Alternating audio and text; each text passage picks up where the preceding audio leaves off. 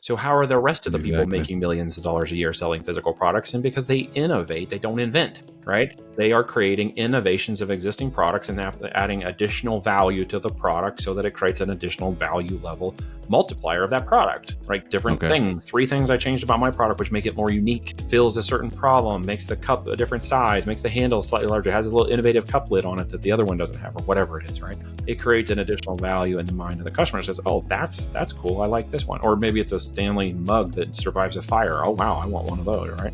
And it just changes that narrative in the mind of the customer. And they say, oh, I want that problem solution reaction. I want that out of whatever you're providing.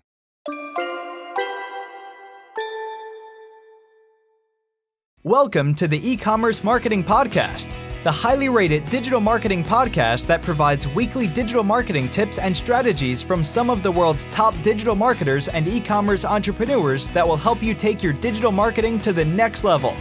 Sit back and enjoy this power-packed episode hosted by Arlen Robinson, who is an e-commerce entrepreneur and digital marketing expert with over 20 years of experience.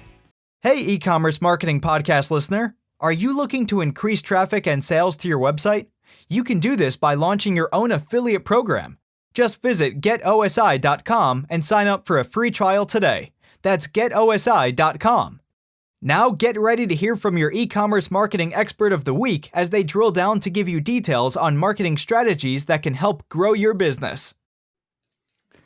Welcome back to the E-commerce Marketing Podcast, everyone. My name is Arlen, and I am your host. And today we've got a very special guest, Neal, who since 2012 has launched multiple 8-figure brands, and he's helped over 1,000 sellers grow as well. He's also co-founded Voltage, which is the only Shark endorsed Amazon FBA consultancy, which says a lot. His proven strategies turn FBA businesses into high value direct to consumer brands. Welcome to the podcast, Neal. Well, thanks for having me on. Appreciate it. Yes. Thank you for joining me. Talking all things e-commerce, Amazon and everything else. Yes, sir. All right. Yes. E-commerce, Amazon, and multi-channel. Right, or I need to get off this point. Yes. Yes. I think you're in the right seat. We're headed in the right. We're headed to the right city. So that's podcast good about car washes. So we're good to go. Yeah, exactly. It's not about car washes. No car washes. About Pete. Yeah, exactly. Yeah. I'm really curious because, as I mentioned in your intro, you are one of the only, the only Shark endorsed Amazon consultancy, which says a lot because I am a huge Shark Tank fan. I think I've seen every single episode of Shark Tank. It's a fun show, isn't it? It is. I've seen every single episode. Yeah. If you don't mind me asking, which Shark is endorsed it? So Kevin Harrington was one of the original Shark Tank sharks. Yes, I remember him. Yep, he was, and got to be good friends with him. Did some business together and have stayed in touch over the years. He wrote the foreword to my book and helped us in some of our strategies. And it's just been a good friend of mine for a long time. And keep up with him as much as I can through conversations and stuff. But he's a super busy guy, so I don't bug him that much. But he's a great guy and been a good friend. That's awesome. Well, I'm glad you established that. I do remember. Yep, he was one of the original Sharks for sure, and that was the first season. Wow, it's hard to believe that was 2016 when the show first came on. Well, 2016 when I first met him. The show was on actually just before that, roughly in time. Oh, really? Okay. I met him at an event we co-hosted, and he was one of my speakers. And then after that, we got to meet each other more in person and have some relationship together, and built up we were going to be an Amazon aggregator in our portfolios division, and through his network and through his help, we were raising up the capital necessary to do that. And then we put it on pause in 2021 because too many people were buying e-commerce companies above valuation, which happens a lot in the market, especially when there's billions of dollars rolling in. And so we put that on pause temporarily, and we're going back at it again, but a different angle this time in the way that we're doing it now that the fallout's occurred. My name wasn't involved, and we didn't take any capital for the acquisitions of those businesses during that time frame, which was the right thing to do because they were overpriced. Yeah, that makes sense. Well, Neal, I was looking back at your bio, and seems like you've had quite a journey, an interesting journey, where you were working at IBM, from what I understand, and then became really just kind of a leading figure in e-commerce. I wanted to see, can you kind of share that path? How did you go from there to e-commerce and then to Well, you mentioned 25 Amazon? years How did that work? experience, so you know where I'm going back, and we're going back in the Wayback Machine here for a second. Oh yeah. Back in the day, when the internet was Yep. coming along and things were cool, and it was like, what do you want to be when you grow up? Are you going to be on the Hmm. technical and stuff? And I played with all that, and really found I had a more passion for the business side and the technology and development side of it, and definitely Okay. wanted to do something in e-commerce. So much so I dropped out of college because I didn't see the point in doing that anymore. Got Gotcha. involved in a little startup in Kansas City called Sprint PCS, which was the first Okay. mobile phone launch that Sprint did. And we Okay. started and Yeah. got rebadged as some of the first employees into that new startup, and got to watch Mhm. that go from the first 2, 3, 5,000 employees to 80,000 employees by the time I left. So that was a fun venture. Oh wow. Watching Yeah, that I can explode. imagine. And I was over Mhm. seeing the management and consultant and management of the information that was used for the reps and the business and the supply chain and everything that was consolidated into a knowledge management system. And we did such a good job, and it was one of the leading times that was actually ever done in an enterprise, that Mhm. IBM came in and got to build a little relationship with some of the guys at IBM over there, and quickly discovered some things in business as I learned how they did business very differently in the consultative approach that IBM does, and Sure. realized it's who that gets you there and what that keeps you there. And since I had a great Mhm. practical and practitioner knowledge, they wanted to utilize that. So they hired me into IBM Okay. to help build the knowledge practice in there. And so we started building up a knowledge management practice inside IBM. Okay. IBM, no degree and no formal training, just a lot of heads Wow. down practitioner experience, and knowing who to get in. And then, of course, Yeah. being able to do it was very important. Yeah. Yeah. Yeah, exactly. It's definitely a testament to the fact that as long as you can do the work and Yep. prove it, That's right. a lot of times education background doesn't necessarily matter. Honestly, at the end of the day, it doesn't. When there's so much Yeah, it information to be doesn't. gathered, it's just the desire to learn and the application That's of it, true. so that you start Yes. doing something with it, so you can figure Yeah, out exactly. where to move next. And for me, by 2007, it was at IBM. Mhm. I was Mhm. moving into new pastures, and I Yeah. jokingly say we fired the man and I burned the boats, because I never wanted to go back. So that was the end of that. When I landed on my new island, it was not. I was never going back to the corporate world. I wanted to Okay. live a different life, a different purpose and value, and so I changed all of that and decided not to go back. I didn't burn the bridges, so I left my relationships in Yeah, place. sure.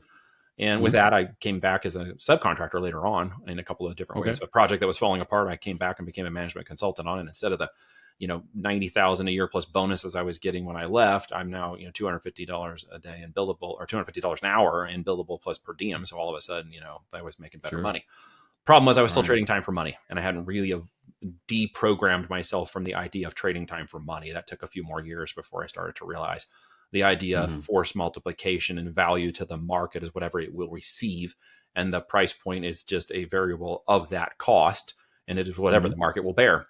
And so I Yeah. started to learn, that sales fixes everything. Of course, ethical and integral sales, and continuing with the results application that had gotten to me where I was always very focused on Mhm. the results. But I could Yeah. just start asking for more money because I was extremely confident in what I could do. And with Yeah. that, I got into more digitalized marketing. I wanted to Mhm. grow that up, and eventually had 10 consultants working on contracts with IBM and the federal government. We delivered the census project and did a lot of stuff in the high tech world. And then got Okay. into the online marketing and found out I had a really good aptitude for media buying. I was actually Okay. much, much better at it than the management consulting world and the Wow. management of the people in the world, because it was staffing at that point at a very high level, high billable Sure. rates, high related, high tech and high energy and high impact, but it was still Mhm. staffing and trading time for money. I was just trading somebody else's time for money. Yeah, And so now exactly. I'm like, okay, I want to build brand. I want to build digital. I want to build value. And that's when I got into affiliate marketing and found I was really good at it. This is Okay. before systems of information caught up. We didn't have push button marketing like we do today. We were doing stuff in spreadsheets and whatnot, because it was Yeah. still too new. And that's when I realized I needed to change again. It was another pivot. I was owning the digital offer, and I was running the affiliate traffic and doing very well for the companies. And then they change offers, and we'd have to change direction. So there was never a full control of the business at the end of the day. I was still, again, Right. in with somebody else's control of business, not my own. Nice. And Yeah. so that's when I entered the physical product world in 2012, when I started Okay. to do private label branding. Actually, I started with flipping products first, and then moved into Mhm. private label branding afterwards, when I kind of Okay. controlled the whole pipeline, the IP, the product, the manufacturing, everything was within my Mhm. control. I'm not a control freak, but all that makes it sound like I actually am. What I realized was you can't control the outcome of the business if you can't control the entire Yeah. mechanism. Yeah. The strategy just doesn't work when somebody else controls that affect. And so when we got into the Mhm. branding and the private label and IP side, that's when it all kind of clicked. Mhm. So, 12 years later, I'm still in the multiple brand growing physical product world. I'm now changing segments and developing the final pieces of software for mass marketing, and we're going into Mhm. retail and we're buying companies. Okay. Wow. So yeah, you've kind of gone full circle. It seems Correct. like you've kind of seen it all, Around which a is couple times, actually. yeah, yeah, is what it seems I like. didn't Well, stop at the end of the circle. I'm still going around it. yeah, well, it's a good place to be. I And, think so.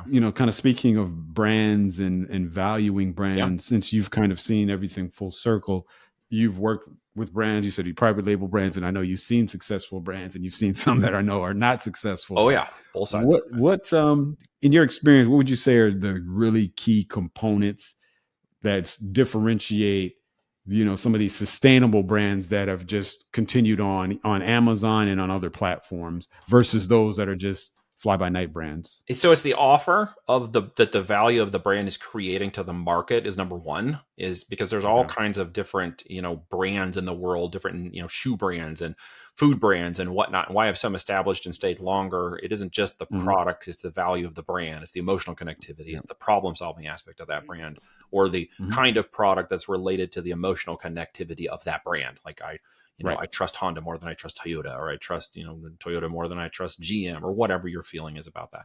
So at the end, Hmm. it's like you get a connectivity to the trips, the car itself, and the vehicle is an emotional connectivity to the output. As long as it doesn't break down, you have a positive experience with that brand. You want to buy another one, and pretty soon, if that Hmm. keeps going, you're like, I'm just dedicated Honda guy. And we Yeah. can argue the iPhone Android thing and piss people off if we want, but that's always a hot topic. But Yeah, it it is. plays on the same thing, right? So at the end, it gets down to Yeah. the knowledge and execution of the operator. If the knowledge and Hmm. execution of the operator is always in testing, break, fix, grow, test, break, fix, grow mode, they're going to be willing to try new things and test new things and keep tweaking new things and not stagnate the opportunity of the business by their unwillingness to execute and to experience Right. failures or Hmm. negatives, learn from those failures, and then gain the wisdom as to when to deploy better time, energy, attention, and money. And usually, if you go 0 to 100 in a product base, that's not terribly difficult to do now with the world of web and demand creation and viral videos that can pop off, and $100,000 video can be made pretty fast, and it can be made Yeah, on for sure. affiliate or it can be made on your products. That's just the cool part Hmm. about the internet. But the growth of the brand into systems and processes and software support and methodology of the strategy to tactics is where brand owners go into 1 million and 5 million and 10 million. At that point, it's just level of risk Hmm. to reward. It'll Yeah. change based on people's willingness to risk capital, risk time, risk relationships, whatever it's necessary to move to the next level, as long as you're doing it with Hmm. ethics and business ethics, of course. And Hmm. then you realize that many times it gets down to the relationships and you can create and structure and build a moat around your brand and your Yeah. business, or which channels you run on to maximize growth as you build a halo effect across multiple channels. I don't hate any one Hmm. channel. I don't particularly love any one channel. I'm not a fanboy of any of them. I'm a fanboy, as I said, of the one that makes me the most money.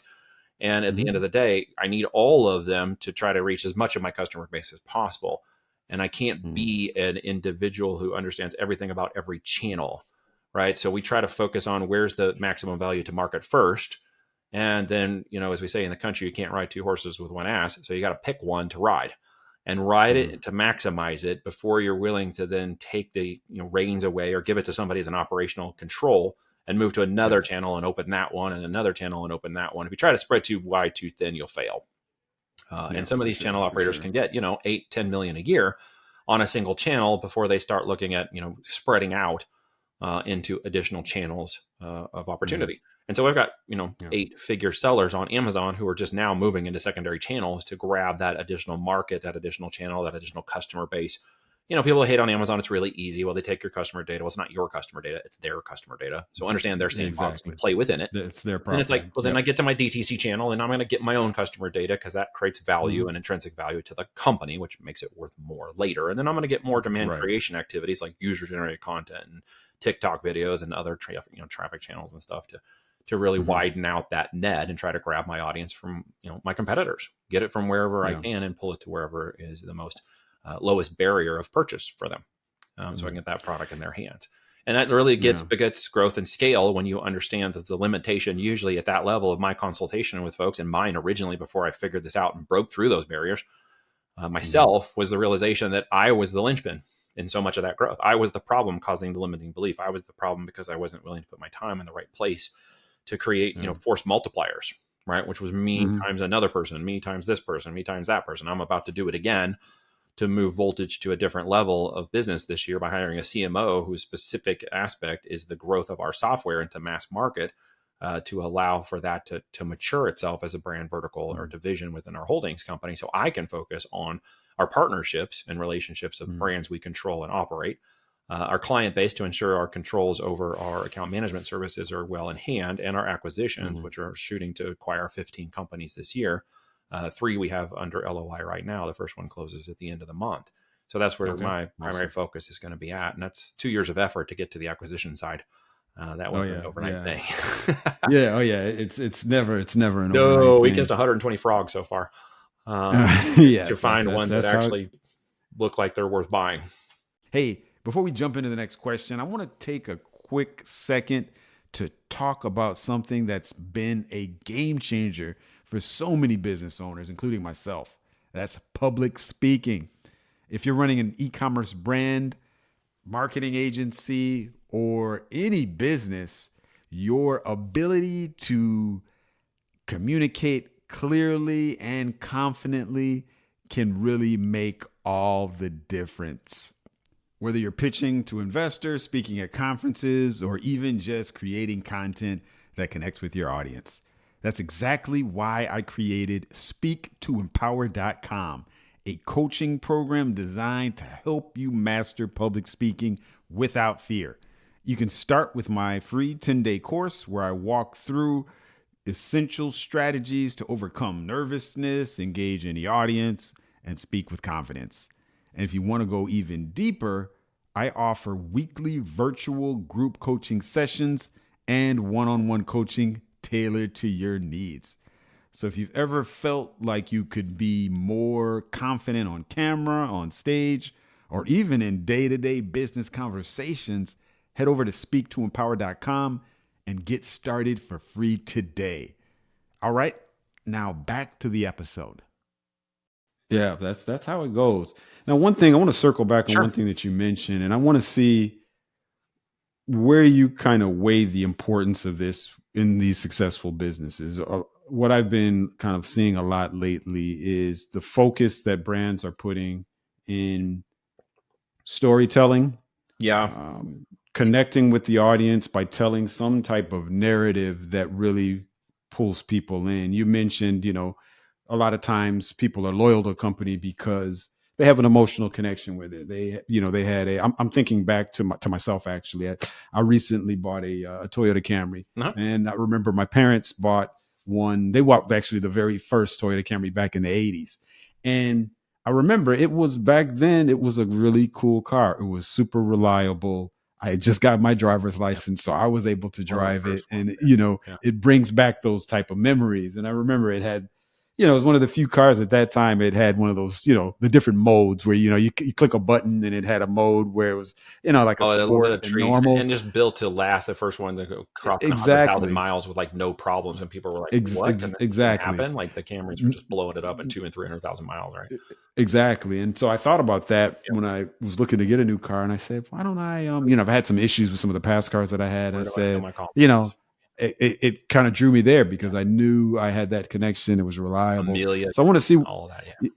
how important is that for a brand to have Yeah. that type of connection, and what type of weight do you put on that as It's far as their it's success is when we concerned? put the weight. When should I put the weight? And the answer is everyone should put weight on it, but the question is when. Okay. Oh, So okay. if you're an aspiring entrepreneur who doesn't understand demand creation yet, I don't understand user generated content, I don't understand how to make traffic campaigns work on Meta or YouTube. That's a black hole, and I'm going to have to get out there and really spend some time in that knowledge and experience.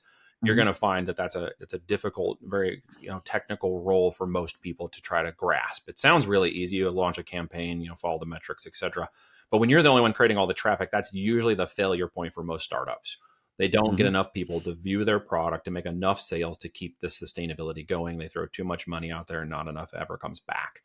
And Yeah. with the aspiring entrepreneur class of this conversation, let's say, then I take them to Amazon first because it's a built-in, Okay. 175 million worth of people buying in 30 seconds or less at Yeah. 8,600 units a minute. That's what they're doing. That's all they're there to do is they're Wow. there to buy. It's Yeah. buyers meet marketplace, right? And it's not like Exactly. an Etsy, and it's not as small as Mhm. Walmart even. It is like a mega machine, and it's a trusted Mhm. mega machine of brand authority. So when you talk about Mhm. your authority over Camry, in the Toyota, you were in your experience and your familia. Well, you've bought products from Amazon, I suspect, had them delivered. Maybe you've Yes, returned some products when you had trouble. Maybe you had a few for sure. experiences with their customer support. But for the most part, you understand the value of buying something from Amazon that shows up 2 days or less, or you can get it in an hour Yeah. in a Dropbox, right?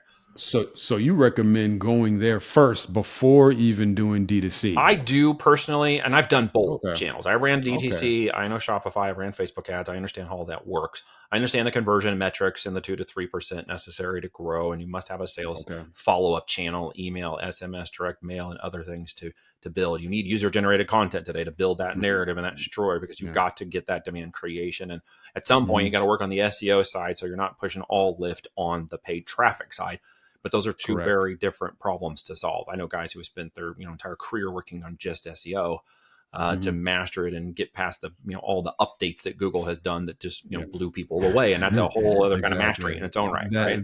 That is. So I mean, are you saying that then Amazon is more of a proving ground It is then? an incubator for us. It is Okay. an incubator Okay. of brands in which I plan to get them to 7 figures of incubation before launching them into the rest of the world. So there's launching on Interesting. Amazon and testing and validation, and then there's product launches once testing and data validation occurs for the market, and that's building that Mhm. narrative off Mhm. of their brand to bring them to my brand.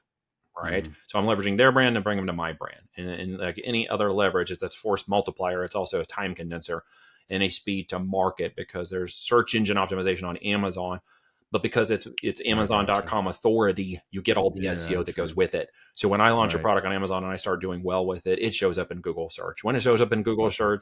search, I can go over to YouTube targeted, exact match keywords that are also on Amazon and drive traffic straight, from that through my brand referral links and target somebody Yeah. who's looking at the exact same keyword on Amazon as they were looking at on the Google search. So Yeah. you can get relevancy very fast in that search optimization that is on Amazon. And because they're there to buy, I get both Okay. search and pay-per-click marketing in that ecosystem.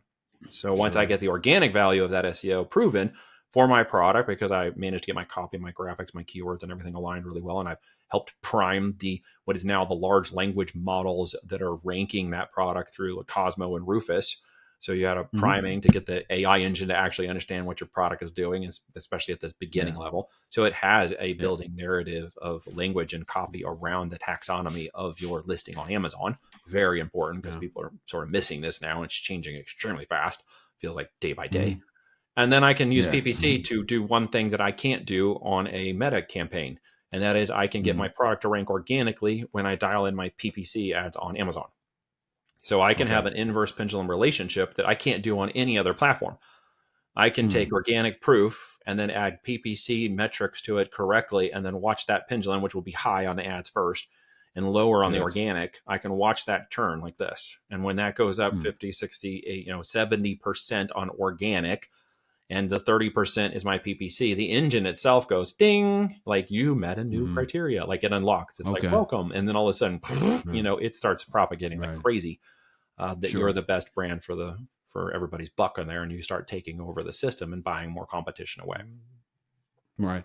Now I'm curious. You said you guys have like an incubator or 7 month program where you put people in Amazon and before going D2C. Yep. Is there ever a case where they go through the incubator and they're not successful on Amazon for whatever reason, but you guys still feel that they should go D2C and that they could be successful direct to consumer, but not on Amazon? They're such different horses. They are Okay. very difficult to ride one or the other. It's kind of like figure out where you master. And once you get the time, energy, intention, and money, you should have the relationships and connectivity and peer relationships to say, oh, if I'm going to DTC, for me, Mm-hmm. it's going to Aaron and saying, hey, Mm-hmm. Aaron, we've done a great job. Here's our product. Here's our best product base. We want to launch a DTC channel in Shopify. Please help us do that. Or the funnel is necessary. And I know he is the guy that does that extremely well. I've proven it. I've seen it. I have friends that have done very well with him. And we take it to him and say, hey, build this DTC channel for us. You're the expert, Gotcha. right? I'm not the expert, Mhm. but I know enough about what it should do that you and I are on the same page about what should occur and what timeframes it should occur and how much it should cost to do it. And then we go to Okay. market on that, right? So Okay. if it's failing, it's typically because at the end of the day, people get the product to marketing relationship wrong. They invert it Okay. in the physical product world. They put a lot of time on R&D and making the product so Mhm. good that if you build it, they will come. And having been from friends with Shark Tank backgrounds, I realize Yeah. that there is a narrative in the world that explains that that's how it has to happen. Down to, well, Mhm. that's why Elon Musk is successful. But at the end of the day, 99% of people are not him. So how are the rest Mhm. of the people making Exactly. millions of dollars a year selling physical products? And because they innovate, they don't invent, right? Mhm. They are creating innovations of existing products and adding additional value to the product so that it creates an additional value level multiplier of that product, right? Different Okay. things. 3 things I changed about my product, which make it more unique. Fills a certain problem, makes the cup a different size, makes the handle slightly larger, has a little innovative cup lid on it that the other one doesn't have, or whatever it is, right? It creates an additional Mhm. value in the mind of the customer. It says, "Oh, that's cool. I like this one." Or maybe it's a Stanley mug that survives a fire. Oh, wow, I want one of those, right? And it Yeah. just Yeah. changes that narrative in the mind of the customer, and they say, "Oh, I want that problem solution reaction. I want that out of Mhm. whatever you're providing." And then it really, you got to get out of the way of the market, because when it comes, you have to be able to provide it, because Yeah. it's based on the belief that that product is solving that problem. It is removing the pain. It is making them go faster or bigger, is losing weight, gaining weight, kids going to school. It's just providing something of value at the end. And Mhm. that's a Yeah. transactional aspect. So people invert that relationship when they see that, because they're thinking about themselves as a consumer. And we need to change that and Mhm. invert it and say, what am I doing as a businessman, as a marketer, as someone who's reaching and passionate about reaching the right audience, right time with the right product, so they love my Camry and want to buy 10 more of them and tell all their friends about it. It Yeah. is my job to focus on the metrics and the numbers that provide the value and keep the business going, provide the profits, and deliver that product to that customer in such a way where Mhm. they grow. And on Amazon, I can do that by leveraging their brand, incubating the product, our products. We call it our 5x5 process, by which I'm going to keep on law of averages, testing the market with which product data set is the one that is actually in need. It's a river of traffic Mhm. flowing already. Yeah.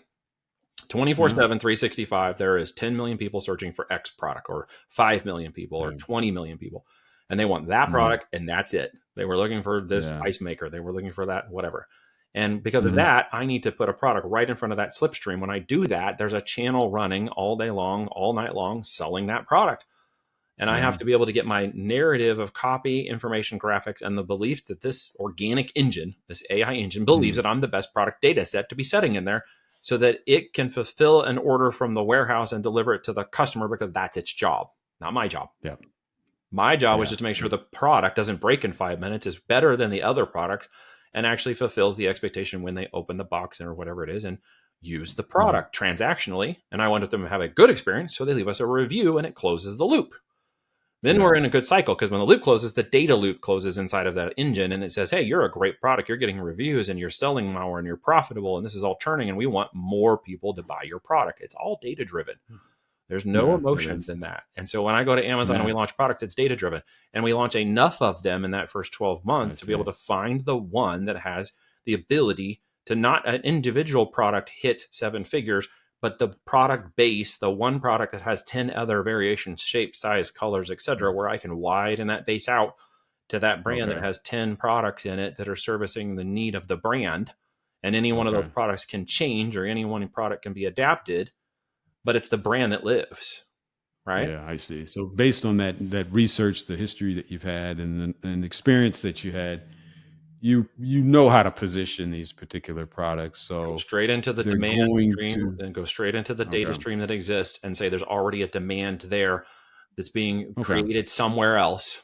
And all I need to do Mhm. is get my product in front of that. It'd be like going out to your local farmer's Mhm. market, okay, in a small town where there's 5 booths and trying to sell Yeah. one product, or going Yeah. downtown to a larger city where there's 5,900 booths and you put your product out there and, like, oh, look, I'm selling a Yeah. lot more. I mean, there's a common sense logic happening here, right?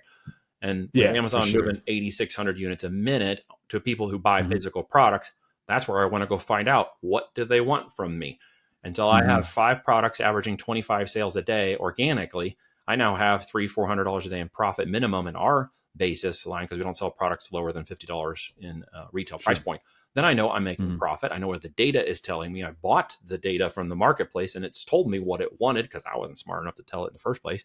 And then I just sell it more of the same product until I have 10 SKUs selling exactly the same products in one brand vertical and one seller account, hyper relevant to a market moving 24/7 and 10 million searches a year. And then I just want to overtake the top 10% of people who are in that market space. And it's just a matter of time and maintaining my data at that point. And of course, inventory capitalization, which is a big factor.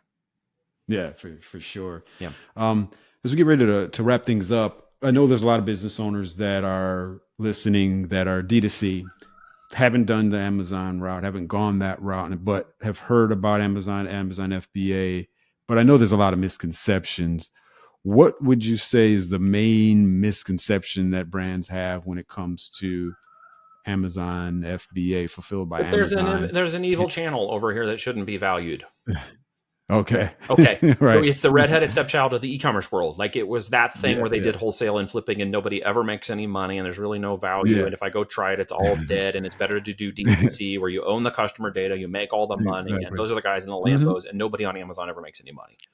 Yeah, that's the main thing we continually hear. You're right. It's stupid, right? Because what ends up happening is of the 2.5 million sellers, the unfortunate aspect of what are, without getting geopolitical, a lot of those sellers turned into Chinese sellers for reasons that are beyond our control. Sure. Okay. But I believe some of that's changing. 301 is down. Drop shipping is going to be changing dramatically because people can't get their products. That's going to eliminate a whole baseline of Amazon sellers that are about to die in the next 30 to 45 days.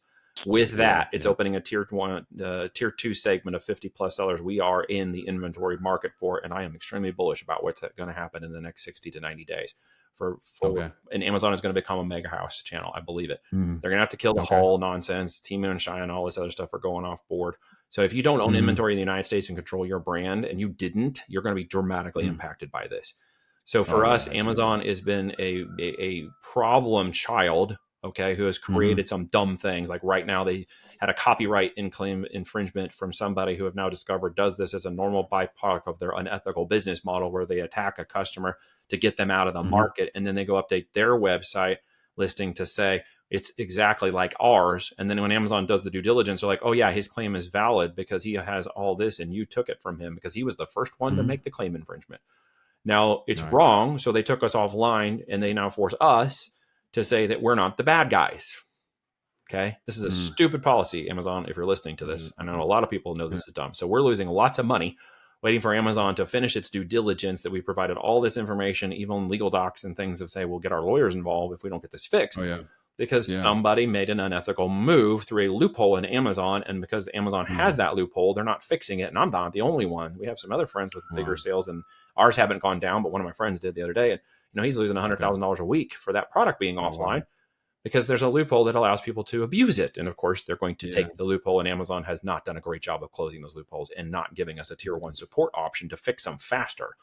So I'm not always a fanboy. Let's be very practical. However, if I'm going to spend 30 to 40% of a unit cost to Amazon in order to gain access to their customers and base and reciprocal, I would love to have some better management of accounts where we're registered and brand and trademarked and a business and have proven ourselves in the market. We can't just have these liable claims that have no basis because someone's using it to take us offline. So I'm going to go sue the crap out of this guy when we get done with this, right? So the end effect is that they have bad press because of that. They have had bad actors paid inside of their business by other, nefarious actors who paid, here's your 10 grand, just shut that competitor off. So there's a guy in Amazon who did that, right? Amazon has made some stupid moves with buyers and developers of research inside of Amazon who went out and copied people's forward-facing products. So that's been a bad move too. As a whole, it hasn't been their policy as a business practice overarching, but they've had nefarious actors and departments and levels that have done it. So they got a bad rep. But if I'm going to take 30 to 40% of that net, I want some of that to be fixed. Now, on the other side of the house, I have ran DCC channels, and you can spend $50,000 on paid ads real fast and find that it doesn't work really well. So you can spend 30 to 40% of a unit cost trying to acquire a customer through Meta with CPMs or YouTube, et cetera, or TikTok and traffic, et cetera. And you're still eating the same cost that I am.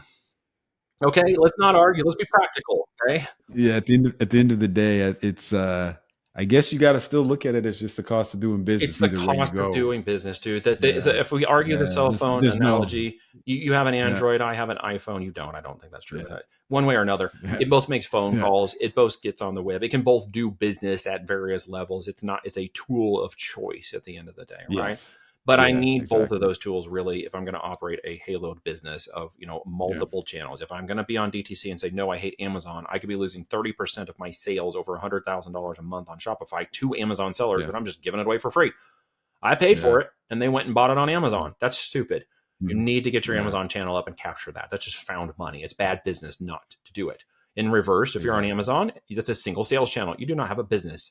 You have a company with a first sales channel. You need multiple sales channels, right? Go to DTC, Right. go to retail, go to other places. You must open those up. So once again, Yeah, for you sure. can pick which one you think is evil or whatever. But if you're in e-com and you're Mhm. shying and gunning down other marketplaces because you snub your Mhm. nose at them, your Yeah. competition probably isn't. And at some point, you're going to wake up and find they're eating your lunch. And there's no way for you to claw Mhm. that back because you simply wouldn't do it because you were a stubborn jerk. Yeah. So don't do Yeah. that. Yeah, for sure. Yeah, very, very well said. And that's, I think, a great way to end it. Awesome. But yeah, it's been a very enlightening conversation, Neal. Thanks, Arlen. It just goes to show, like you said, you have to play in both sandboxes. Gotta play I don't all think over there's it. a way. Yeah, it's not a way around it these days. No, And there's not. looks like you guys have been doing that for quite a while. So it's good to know that there's We're- people like you that. Well, are we're trying even to going in retail grab too, it. right? Because why not? They're in Okay, retail yeah. too. Yeah, And we're opening the doors and having exactly. conversations with retail to get those products out to Yep. market. You should be looking at Yep. every opportunity to sell your product wherever the customer is. Yeah, for sure. Well, lastly, before we do let you go, Yes, sir. Neal, I always like to shift gears so our audience can get to know you a little bit better. Sure. If you don't mind sharing one closing fun fact about yourself that you think would be interested to know. One closing fun fact about myself. Shoot, I don't know. That's great. Well, I went to school on a full ride music scholarship to be a musician, and Okay. played classical and jazz, and was going to take on the world of music until the internet came online Okay. and saved me from living in a van down by the river because that's where I would have, by my age, it would have been cool. It's cool now, but that wouldn't have been cool back then. Yes. There was no Oh, utility yeah, content gotcha. to make it cool. Yeah. Yeah, for sure. Things are a little bit different now. There's a lot of platforms to It's get a your stuff out there. So Oh, a yeah. little bit different. Yes, sir. Very interesting. Right. That's quite a shift that you made. But Yeah, quite a shift. it seems like you're definitely not afraid to pivot, which is No, good to well, hear. music and creativity, and I love jazz. And if you know jazz Okay, is improvisation and it comes from a feeling of Yep. emotion, business can also be in that way, a feeling of emotion. It can. And creativity and making music and business to me is very similar, and I understand now why I have Yeah. the feeling of aptitude and the jump off the bridge and build it on the way down because that's Sure. what jazz is. Exactly. Well, awesome, Neal. Well, if any of our listeners or viewers want to reach out to you and pick your brain any more about all things Amazon or all of these different platforms we talked about, what's the best way for them to reach you? Well, if they're a reader, go check out my book on Amazon, Almost Automated Income with FBA. Kevin wrote the foreword. There's great subject matter content, studies and case studies, Okay. and some expert interviews in there regarding the building of e-commerce businesses starting on Amazon FBA. Or you can go to any Yep. social media account. Last name's Twa, can't miss me. One word brand, Sure. Voltage, or voltagedm.com, voltagedigitalmarketing.com. Check out all the free stuff, the book, Okay. the trainings, everything else we've got on there to see if you are a good fit to our invitation-only business builders. Okay. Well, that sounds awesome. We'll All right. definitely have the links to those platforms and those sites on Super cool. in the show notes so people can reach out to you. Yeah. And we really appreciate you coming on the e-commerce marketing podcast. My pleasure, sir. Thank you for being such a great host and having me on. Oh, no problem. Thank you. Thank you for listening to the E-commerce Marketing Podcast. If you've enjoyed this episode, be sure to rate, review, subscribe, and share it with everyone you know. Are you looking to take your digital marketing to the next level but are tired of weeding through countless YouTube videos with unproven and untrusted marketing strategies? Well, we have the answer for you. The More Sales Every Month online digital marketing course. In this information-packed course, you will learn effective keyword research, link building, content marketing, and much more to attract and convert your site visitors into paying customers. Just go to moresaleseverymonth.com and sign up today for a low one-time fee. In addition to this power-packed course, if you would like to get access to a growing repository of digital marketing articles, PDFs, and ebooks, check out getosi.com/resources and opt in to get full access to our library of priceless marketing information to help you take your digital marketing to the next level.